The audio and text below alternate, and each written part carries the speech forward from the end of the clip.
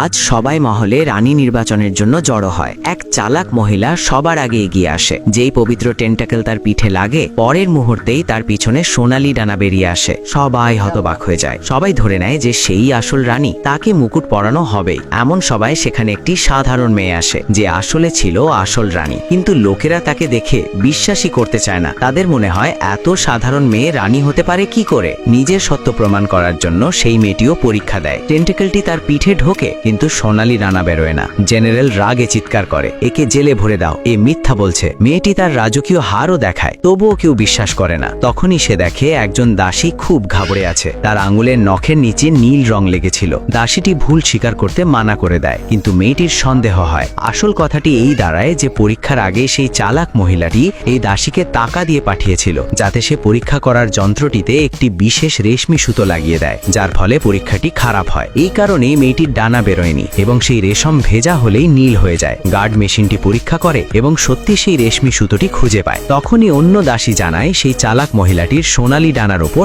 অদ্ভুত চামড়ার মতো স্তর ছিল। তাকে আবার পরীক্ষার জন্য ডাকা হয় এবং এবার মেশিনটি কোনো প্রতিক্রিয়া দেখায় না। তখন সবার কাছে স্পষ্ট হয়ে যায় সেই সাধারণ মেয়েটিই আসল রানী।